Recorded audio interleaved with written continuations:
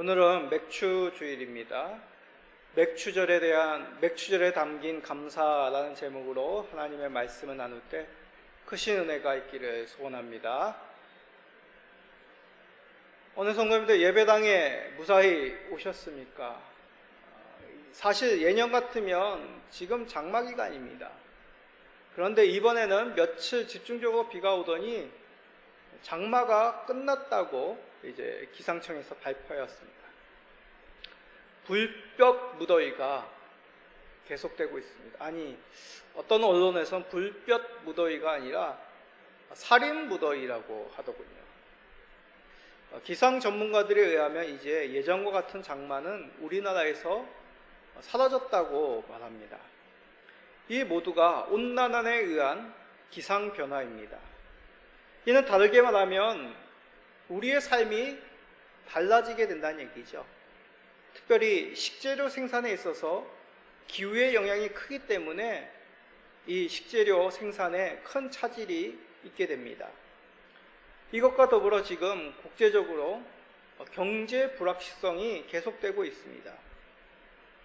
우리 국내적으로 우리의 살림살이가 매우 힘든 상태입니다. 어느 때보다도 개개인의 경제적 위축된 삶이 이어지고 있습니다. 그뿐만이 아니라 심리적으로 어떤 정치적인 혼란으로 인한 불안함들이 상반기 동안 많았습니다. 이런 시국에 우리는 무엇이 과연 필요한 것일까요? 오늘 우리가 맥추절을 맞이하였습니다. 맥추절을 한마디로 말한다면 하나님이 주신 은혜를 새기는 절기입니다. 상반기 동안 하나님께서 우리에게 어떠한 은혜를 주셨는지를 말씀을 통하여, 예배를 통하여 고백하고 깨닫는 시간이라는 얘기죠. 우리는 말씀을 통하여 하나님께서 우리의 삶을 지켜주시고 구원하신 주가 되셨음을 알게 됩니다. 맥추절입니다. 오늘날 우리에게 필요한 구원과 보호를 새기는 이 시간이 되시기를, 그리하여 어려운 상황 속에서도 감사가 흘러넘치시는 우리 모든 믿음의 가정이 되시기를, 성도 개개인이 되시기를 간절히 간구드립니다. 자, 맥추절의 의미를 알려면 먼저 이스라엘 농경 문화에 대해서 좀 알아야 합니다. 이스라엘은 지중해 기후입니다. 우리는 북태평양에 가까이 있는, 또 시베리아 대륙 동쪽 끝쪽에 있는 그런 기후를 가지고 있죠. 반면에 이스라엘은 지중해 연안에 있는 지중해 기후를 가지고 있습니다. 그래서 우리와는 조금 다른 기후를 가지고 있습니다. 양력으로 3월에서 5월이 추수의 때입니다.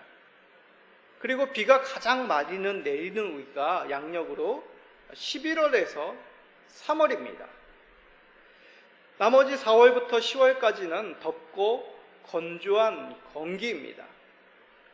그래서 우리와는 반대로 농사를 짓습니다. 11월에 파종하여서 4월쯤에 추수가 시작이 됩니다. 그래서 맥추절은 양력으로 3월에서부터 5월경에 위치합니다.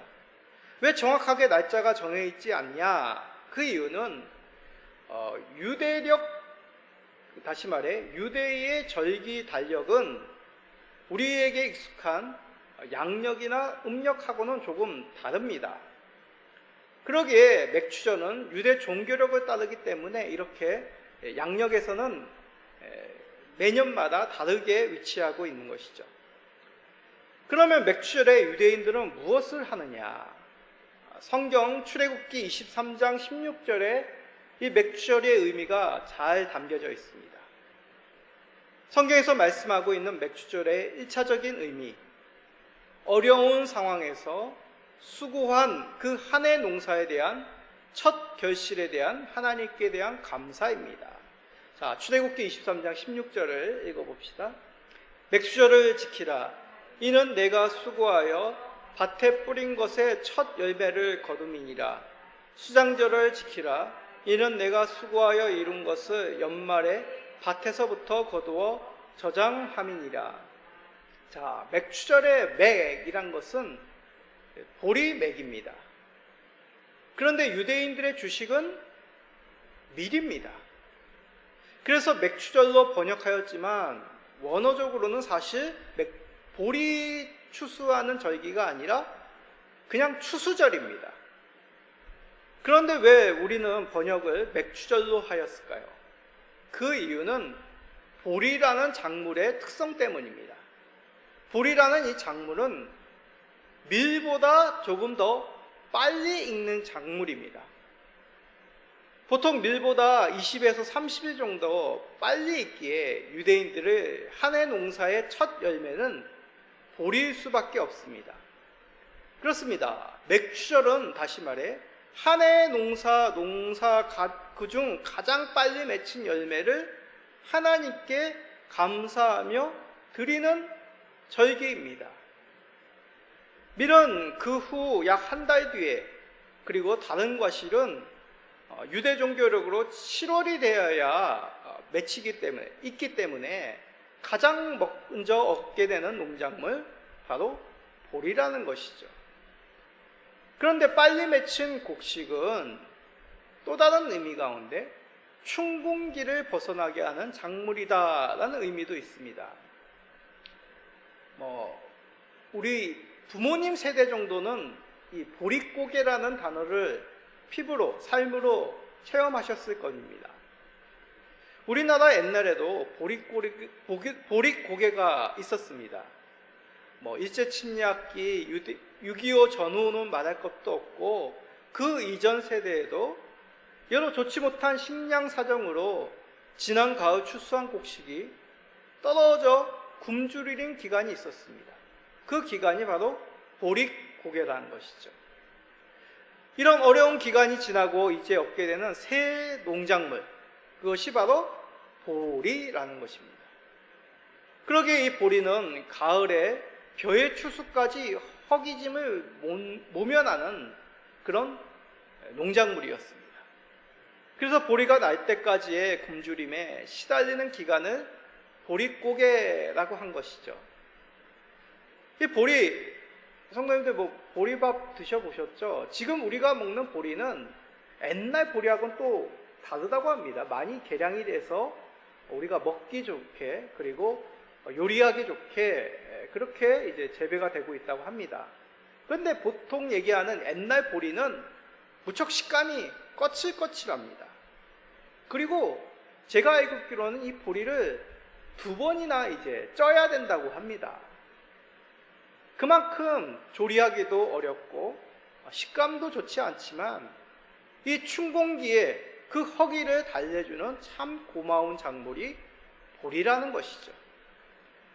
이것도 부족하였기에 귀하게 저희 부모님 세대는 가족과 함께 그 보리밥을 함께 나누었다고 합니다.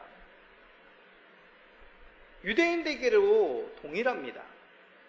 작년에 추수한 밀이 이제 떨어지고, 그리고 저장했던 여러 과일들도 떨어진 때가 옵니다. 그럴 때 춘공기에 처음 새 작물, 바로 보리라는 것이죠.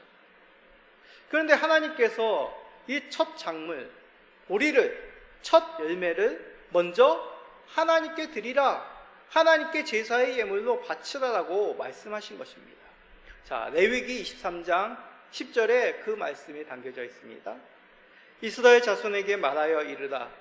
너희는 내가 너희에게 주는 땅으로 들어가서 너희의 곡물을 거둘 때에 너희의 곡물의 첫 이삭 한 단을 제사장에게로 가져갈 것이요.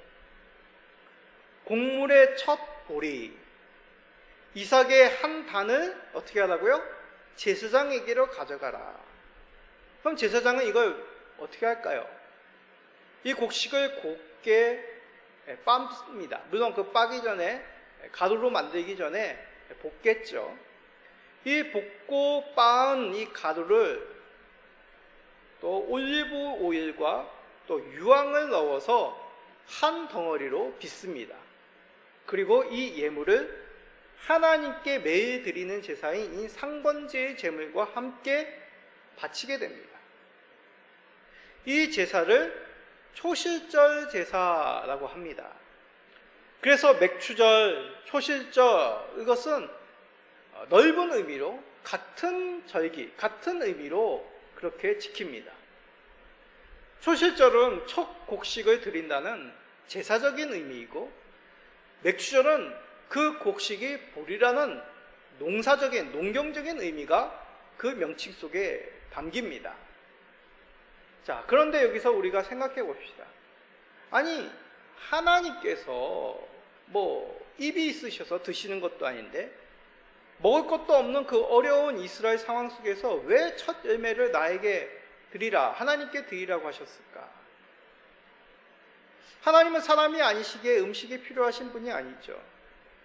음식이 필요치 않은데 왜 하나님은 이렇게 첫 곡식을, 첫 열매를 하나님께 나에게 드리라고 말씀하셨을까요? 바로 초실이란 단어에 우리는 집중해야 됩니다. 초실, 첫 열매라는 그 의미 속에는 장자라는 의미도 있습니다. 성경에서 장자의 의미는 참 특별하죠. 왜냐하면 장자를 하나님께서 핏값으로 사셨다고 말씀하셨기 때문입니다. 자, 출애굽기 4장 22절, 23절입니다. 너는 바로에게 이르기를 여호와의 말씀에 이스라엘은 내 아들 내 장자라. 내가 내게 이르기를 내 아들을 보내어 주어 나를 섬기게 하라 하였도 내가 보내주기를 거절하니 내가 내 아들 내 장자를 죽이리라 하셨다 하라 하시니라. 잘 아시는 말씀이죠. 바로 출애굽 당시에 하나님께서 애굽에 내리시는 그 10가지 재앙 중 제일 마지막 재앙, 애굽의 장자를 치신 재앙입니다. 그 가운데 하나님께서는 바로에게 이스라엘은 나의 장자다라고 말씀하십니다. 왜냐하면 애굽 가운데 하나님께서 이스라엘을 핏값으로 사서 불러내셨기 때문이죠. 이스라엘 마을에 있는 그 장자들을 어린 양의 핏값으로 대신 살려내어 그 애굽에서 나와 자유케 하셨습니다. 하나님께서 그 핏값으로 이스라엘을 장자로 자유케 하셨다는 것이죠. 그러기에 이스라엘은 하나님의 장자입니다. 가나안 땅에서 이스라엘이 도착하여 농사를 지은 것, 하나님께서 이렇게 애굽 가운데서 바로에게서 사셔서 자유케 하여 그의 첫 제물로, 첫 열매로 삼으셨기 때문입니다. 이것을 믿는다면 하나님께 고백하고 하나님께 감사하는 것이 마땅한 것이죠. 이를 가나안 땅에서 농사지어 얻은 그 첫 곡식을 하나님께 드림으로 감사 고백하라는 것이 바로 맥추절, 초실절의 의미입니다.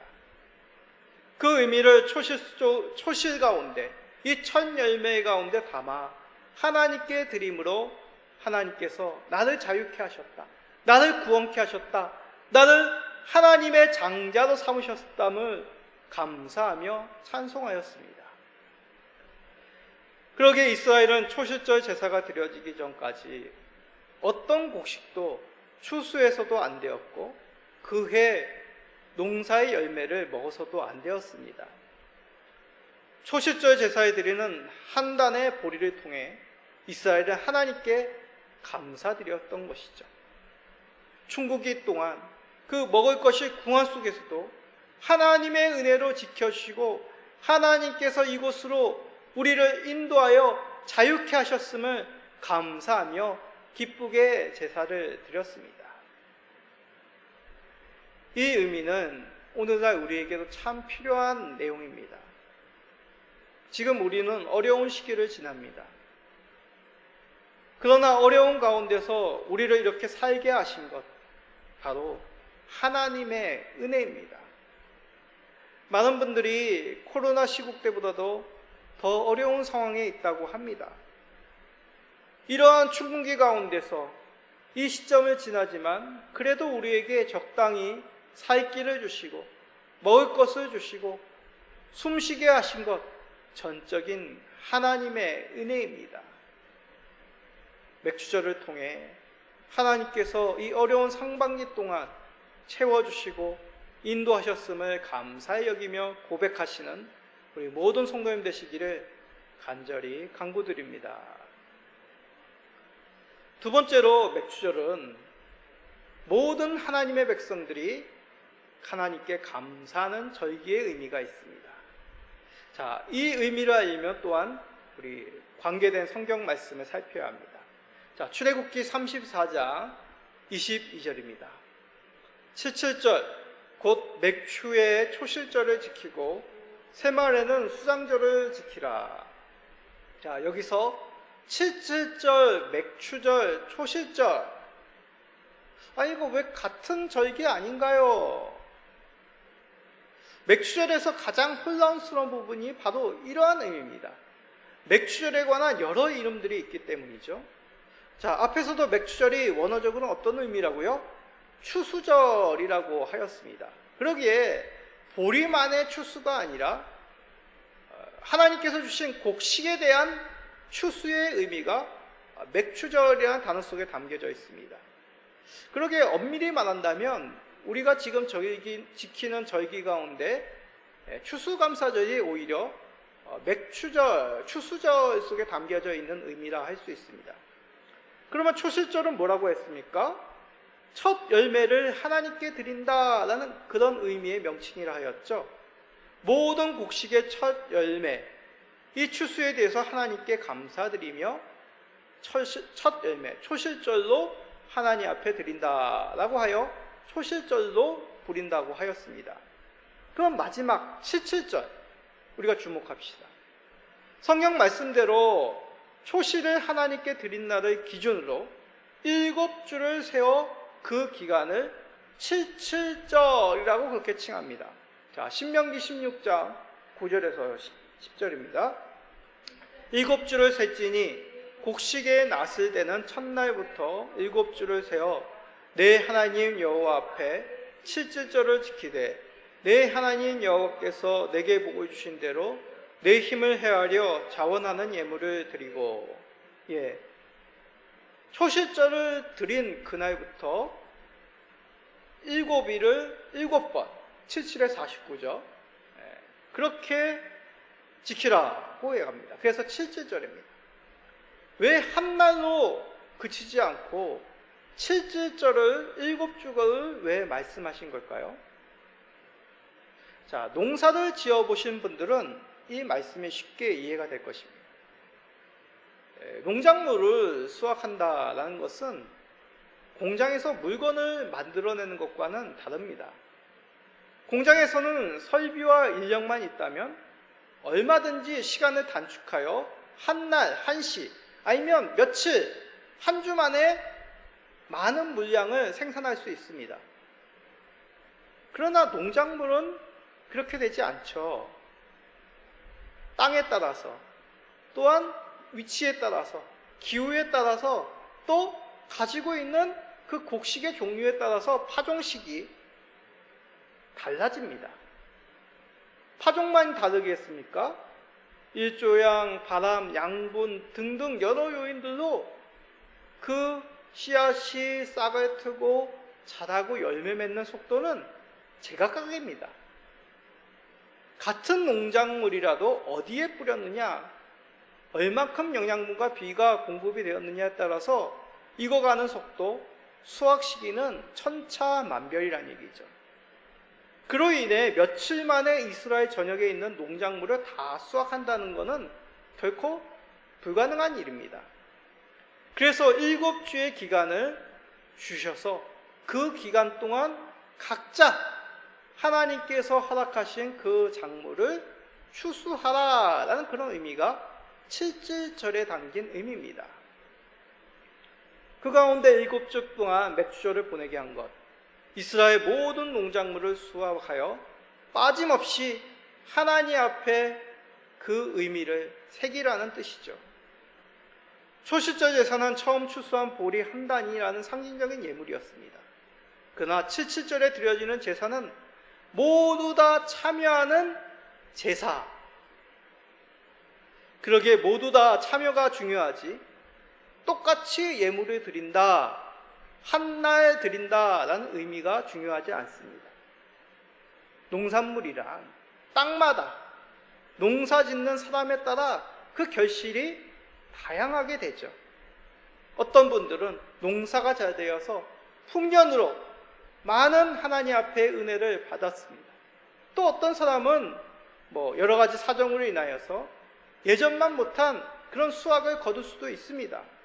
그러나 많던 적던 예년과 같던 그 수확량이 다를지라도 이것을 주신 분, 이러한 농사를 허락하신 분, 우리 하나님임을 잊지 아니하며 감사하는 것이 바로 7주 동안 지내는 이 77절 제사의 의미라는 것이죠. 그래서 신명기 16장 10절에는 복을 주신 대로라고 그렇게 강조하신 것입니다. 자, 신명기 16장 10절만 다시 한번 읽어봅시다. 내 하나님 여호와 앞에 77절을 지키되 내 하나님 여호와께서 내게 복을 주신 대로 너의 힘을 헤아려 자원하는 예물을 드리고. 서로 간에 비교가 됩니다. 사실 누구는 넉넉히 결실하게 되고 나는 그거에 비해 부족하게 되고, 그럴 때 참 감사하기가 힘들죠. 그러나 분명히 하나님은 말씀하십니다. 너희에게 복 주신 대로 너희의 힘을 헤아려 자원함으로 드려라. 그러니 7번의 주간인 이 49일은 각자에게 주신 하나님의 은혜를 감사히 여기는 77절입니다. 더 자세한 얘기를 한다면 사실 농사일을 지으면서 이스라엘 예루살렘 성전까지 자신의 땅에서 농사 짓는 곳에서 다 올라와서 제사를 드린다는 것이 현실적으로는 어렵죠. 그래서 실질적으로는 이것을 모아다가 농사가 다 끝난 다음에 오순절날 하나님 앞에 77절 예물을 드렸다라는 그런 기록도 있습니다. 어떻든 간에 모든 이스라엘 백성들이, 농사를 짓는 주의 백성들이 빠짐없이 하나님 앞에 주신 은혜에 대해서 감사 고백하였다는 것입니다. 이는 하나님의 은혜가 미치지 못한 사람들이 없다. 모든 하나님의 백성 가운데 하나님께서 적당히 그 사람에게 은혜를 주셨다는 뜻입니다. 적거나 많거나 차이는 있을 수 있습니다. 그러나 엄연한 사실은 하나님이 모두 다 먹을 것을 주시고 그들을 지켜주셨다는 것이죠.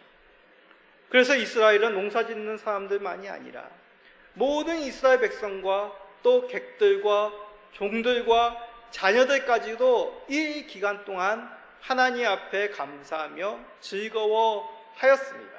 자, 신명기 16장 11절을 읽어봅시다. 너와 내 자녀와 노비와 내 성중에 있는 레위인과 및 너희 중에 있는 객과 고아와 과부가 함께 내 하나님 여호와께서 자기의 이름을 두시려고 택하신 곳에서 내 하나님 여호와 앞에서 즐거워할지니라. 아멘. 우리 종종 축제 어디 지역에 가면 무슨 축제라는 거 있지 않습니까? 그 축제는 그 지역민들만이 아니라 여러 타 지역에서 온 사람들, 그 사람들도 그곳에 오면 어떻습니까? 그 축제의 즐거움을 함께 누립니다. 그러므로 그 축제 속에 담겨져 있는 기쁨, 의미를 함께 나누게 되는 것이죠. 같은 의미입니다. 77절을 함께 고아와 객과 과부와 또한 모든 종들과 자녀들까지도 함께 누림을 통하여 하나님께서 우리 모두에게 은혜를 주시고 적당하게 우리를 보호하셨음을 감사하게 되는 것이죠. 이것은 오늘날 우리들에게도 마찬가지입니다.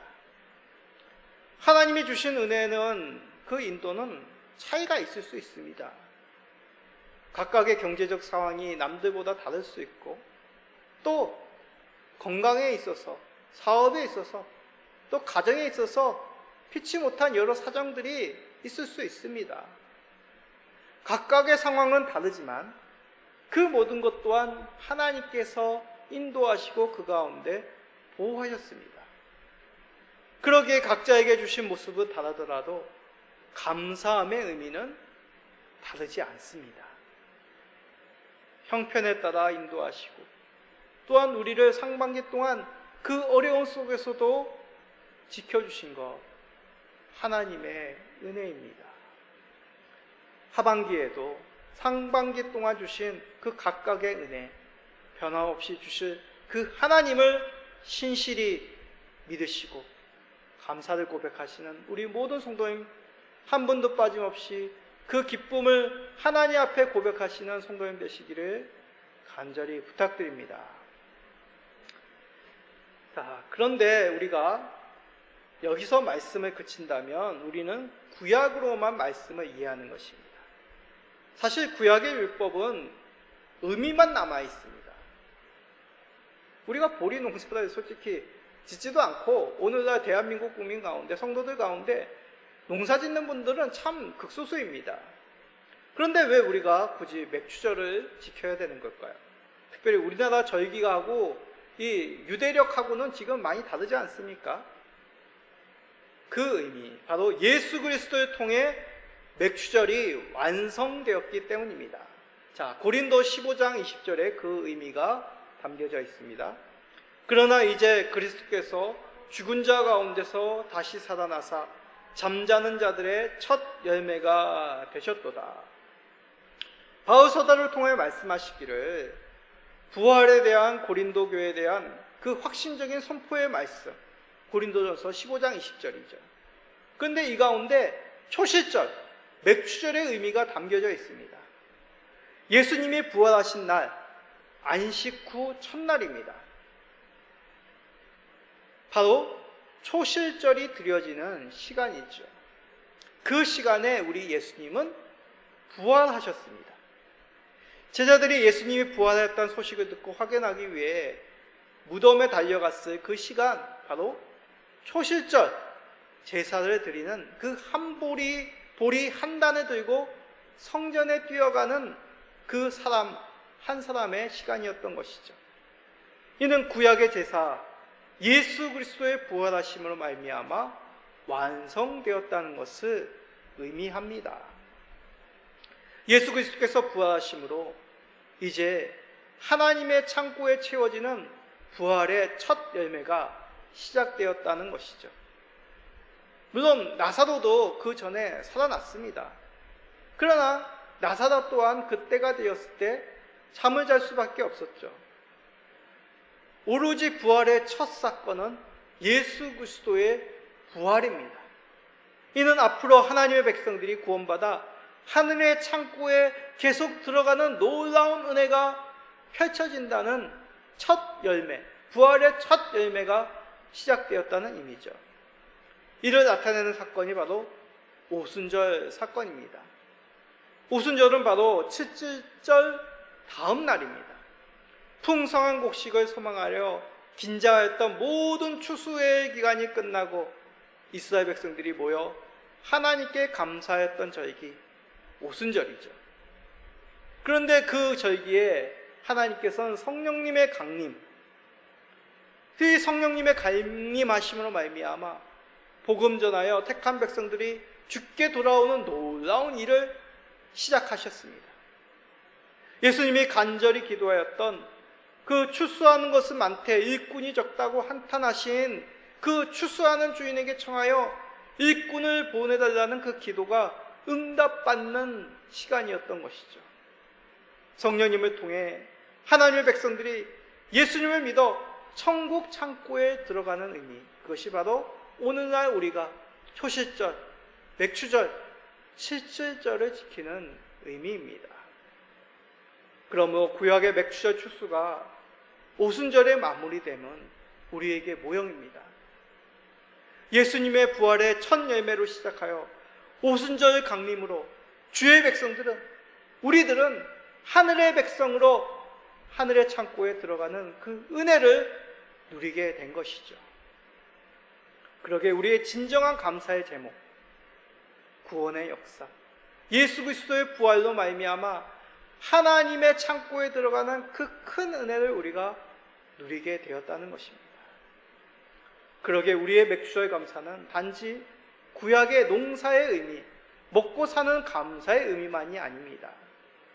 예수 그리스도로 인한 구원, 성령님을 통한 우리가 하나님 백성으로 들어가는 그 은혜를 우리가 얻게 되었음을 감사하는 고백이 바로 맥주절의 의미인 것이죠.